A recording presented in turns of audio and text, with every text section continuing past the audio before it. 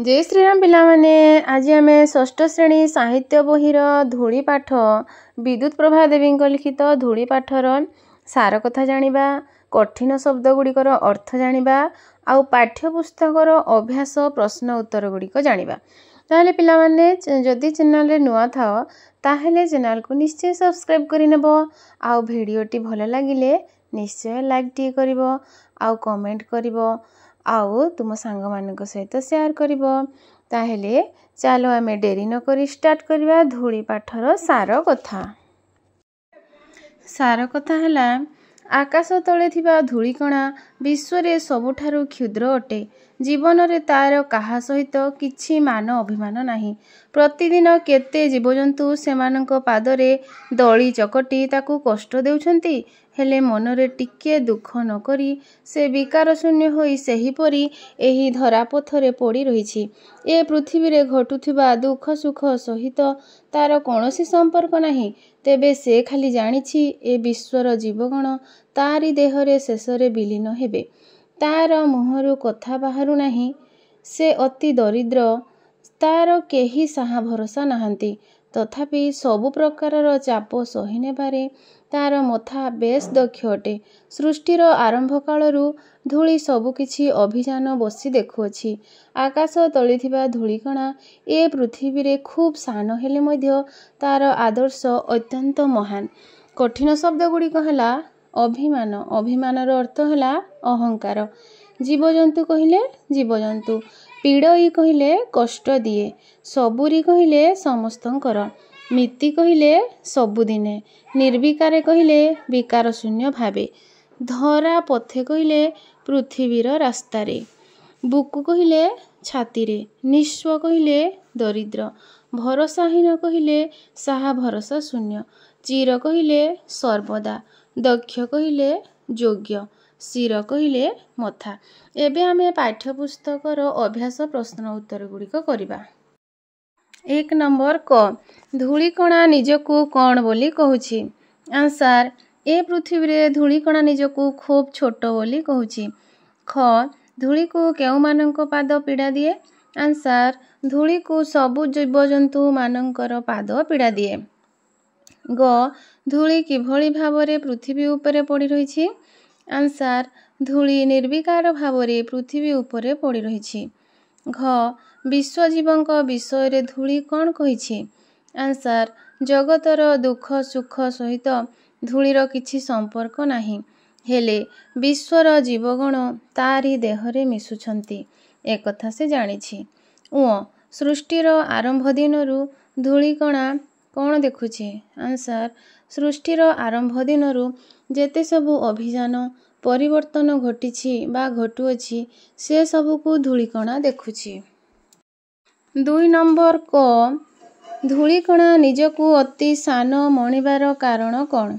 Answer A Virat विश्वरे अन्यान्य जीव तुलन रे धूलिकणार आकार खूब छोट। विशाल आकाश तले थिला बेले तार आकृति खूब नगण्य परी मन हुए, तेणु से निजकू अति सान बोली मणिछि। ख निर्विकार भावरे धूलिकणा कौन सहे। आंसर प्रतिदिन ए पृथ्वी रे अनेक जीवजंतु यातायात करुछंती, सेमानंकर पादर आघात धूलिकणा सर्वदा सहिथाए। जेहेतु से धरापथरे पड़ी रहिछि तेणु जीवजंतुंक पादर आघात जनित कष्ट को से निर्विकार भावरे सही थाए। ग नंबर प्रश्न केउ कथा को धूलिकणा भल भावे जाने। आंसर जगतरे घटी जाउथबा प्राणींकर दुख सुख सहित धूलिकणार कोनोसी संपर्क नाही, हेले से गोटिए सत्य को भल भावरे जानिछि जे विश्वर समस्त जीवजंतु मृत्यु परे तारी देहरे मिसी एकाकार हेउछंती। घ नंबर प्रश्न धूलिकणा काहींकी निजर मथाकू दक्ष बोली कहिछि। आंसर धूलिकणा किछि कहि पारे नाही, से खूब दरिद्र, तार केही साहा भरोसा नाहांती, हेले पृथ्वीर सकल प्राणींक पदाघात जनित चापकू से मथापाती निर्विकार भावे सहिनिए, तेणु से तार मथाकू दक्ष बोली कहिछि। 3 नंबर प्रश्न निम्नरे केतोटी पदर किछि अंश दिया जाइछि ओ किछि अंश बाद दिया जाइछि। संपूर्ण पद लेख। ତ କ'ଣ ହେବ ଦେଖ ପିଲାମାନେ, ଜନ୍ତୁ ଜୀବ ସବୁରି ପାଦ ପୀଡ଼ଇ ନୀତି ମୋତେ, ନିର୍ବିକାର ତଥାପି ମୁହିଁ ପଡ଼ିଛି ଧରା ପଥେ, ଏତିକି ଜାଣେ ବିଶ୍ୱଜୀବ ମିଶଇ ମୋର ବୁକେ, ସୃଷ୍ଟି ଦିନୁ ଦେଖୁଛି ବସି ସକଳ ଅଭିଯାନ, ଆକାଶ ତଳେ ଧୂଳି କଣା ମୁଁ ବିଶ୍ୱେ ଅତି ସାନ। 4 ନମ୍ବର ପ୍ରଶ୍ନ, ସରଳ ଭାଷାରେ ବୁଝାଇ ଦିଅ। କ, ଜୀବନେ ମୋର ନାହିଁ ତ କେବେ କାସାଥେ ଅଭିମାନ।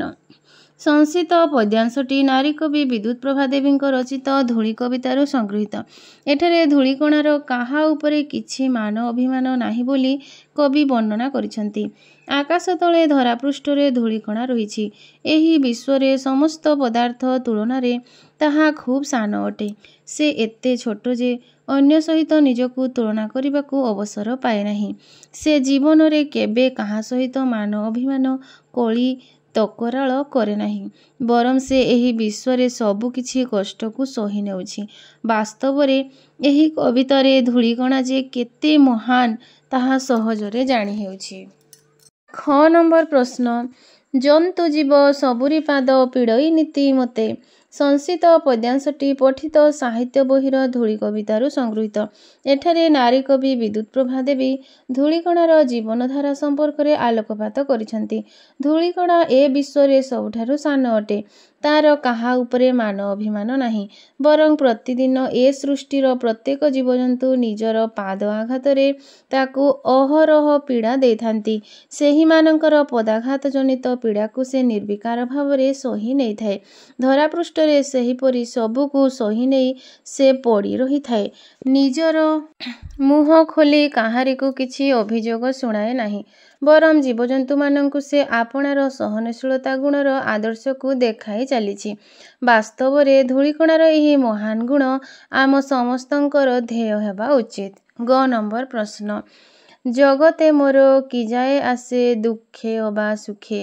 ସଂସ୍କୃତ ପଦ୍ୟାଂଶଟି ନାରୀ କବି ବିଦ୍ୟୁତ୍ ପ୍ରଭା ଦେବୀଙ୍କର ରଚିତ ଧୂଳି କବିତାରୁ ସଂଗୃହୀତ। ଏଠାରେ କବି ଧୂଳିକଣା ମୁହଁରେ ଏ ସୃଷ୍ଟିର ଚିରନ୍ତନ ସତ୍ୟକୁ ଉପସ୍ଥାପନ କରିଛନ୍ତି। ଧୂଳିକଣା ଖୁବ୍ ସାନ ହେଲେ ମଧ୍ୟ ନିର୍ବିକାର ଭାବରେ ସମସ୍ତଙ୍କର ପଦାଘାତ ଜନିତ କଷ୍ଟକୁ ସହିନିଏ। ଏ ଦୁନିଆରେ କାହାର ଦୁଃଖ ସୁଖରେ ସେ ଆଦୌ ଭାଗୀଦାର ନଥାଏ। ବରଂ ନିର୍ବିକାର ଭାବରେ ଧରାପୃଷ୍ଠରେ ପଡ଼ି ରହି ସେ ଏସବୁକୁ ଦେଖୁଥାଏ। ତେବେ ଏ ପୃଥିବୀର ଗୋଟିଏ ସତ୍ୟକୁ ସେ ମର୍ମେ ମର୍ମେ ଅନୁଭବ କରିଥାଏ। ସମଗ୍ର ବିଶ୍ୱର ଜୀବଜଗତ ନିଜକୁ ଯେତେ ବଡ଼ ବୋଲି ବିଚାର କଲେ ମଧ୍ୟ ଦିନେ ସେମାନଙ୍କର ମୃତ୍ୟୁ ହେବ। ମୃତ୍ୟୁ ହେଲା ପରେ ସେମାନେ ତା ସହିତ ଧୂଳି ହୋଇ ମିଶିଯିବେ। ତେଣୁ ଏହି ସତ୍ୟକୁ ଅନୁଭବ କରି ସେ ନିଜ ମନରେ ଦୁଃଖ ପୋଷଣ କରିନାହିଁ। ବାସ୍ତବରେ ଧୂଳିକଣା ଅନୁଭବ କରିଥିବା ଚିରନ୍ତନ ସତ୍ୟଟିର ମହତ୍ତ୍ୱ ଖୁବ୍ ତାତ୍ପର୍ଯ୍ୟପୂର୍ଣ୍ଣ। ଘ ନମ୍ବର ପ୍ରଶ୍ନ, ସକଳ ଚାପ ନେବାରେ ସହି ଦକ୍ଷ ଏ ମୋ ଶିର। ସଂସ୍କୃତ ପଦ୍ୟାଂଶଟି ପଠିତ ସାହିତ୍ୟ ବହିର ଧୂଳି କବିତାରୁ ସଂଗୃହୀତ। ଏଠାରେ ନାରୀ କବି ବିଦ୍ୟୁତ୍ ପ୍ରଭା ଦେବୀ ଧୂଳି କିପରି ସମସ୍ତ ଦୁଃଖଜନିତ ଚାପକୁ ସହି ନେବାରେ ଦକ୍ଷ ତାହା ବର୍ଣ୍ଣନା କରିଛନ୍ତି। ଧୂଳିକଣା ଖୁବ୍ ସାନ, ତଥାପି ସେ ସମସ୍ତଙ୍କର ପାଦର ଚାପ ସହୁଛି। କାହାର ଦୁଃଖ ସୁଖରେ ସେ ଭାଗୀଦାରୀ ନୁହେଁ। ତାର ମୁହଁକୁ କଥା ବାହାରୁ ନାହିଁ। ସେ ଖୁବ୍ ଦରିଦ୍ର। ତାହାର କେହି ସାହା ଭରସା ନାହାନ୍ତି। ଏସବୁ ସତ୍ତ୍ୱେ ଧୂଳିକଣା ପୃଥିବୀବାସୀଙ୍କର ସମସ୍ତ ଚାପକୁ ନିଜର ମଥାରେ ସହି ନେଉଛି। ଆଉ ରାଜରାସ୍ତାରେ ସେହିପରି ମଥାକୁ ଉନ୍ନତ କରି ପଡ଼ି ରହିଛି।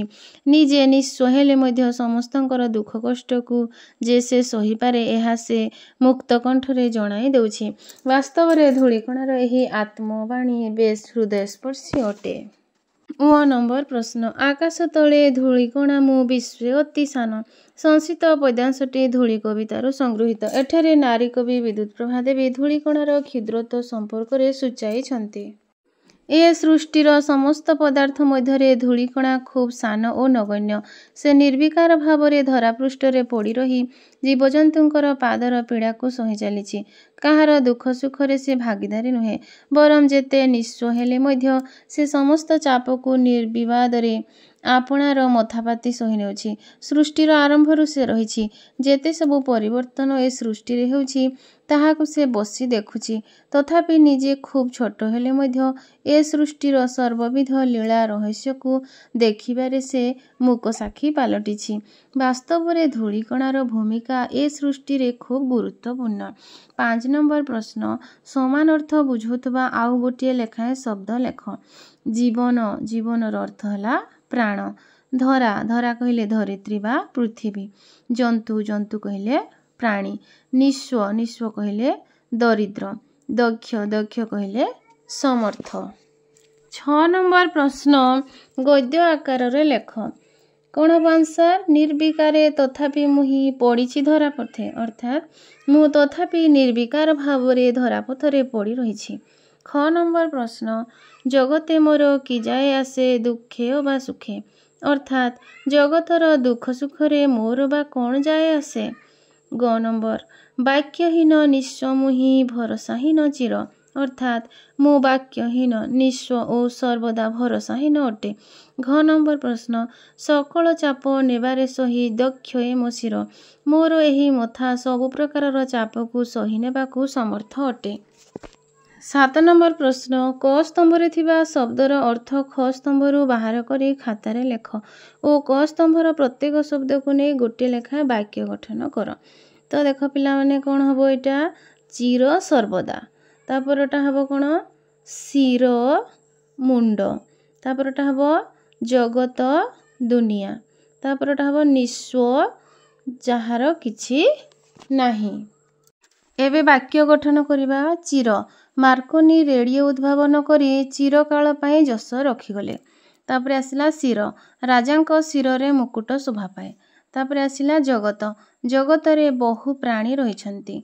तापरे आसिला निस्व हरिबाबू निस्व होई काल काटुछन्ति। तारे पिला माने आशा करे धूली पाठर सब प्रश्नर उत्तर पाइगल। तथापि यदि भिडियोटी भल लागिथाय निश्चय लाइक टी करिवो शेयर करिवो कमेंट करिवो। Thank you for watching. जय श्री राम।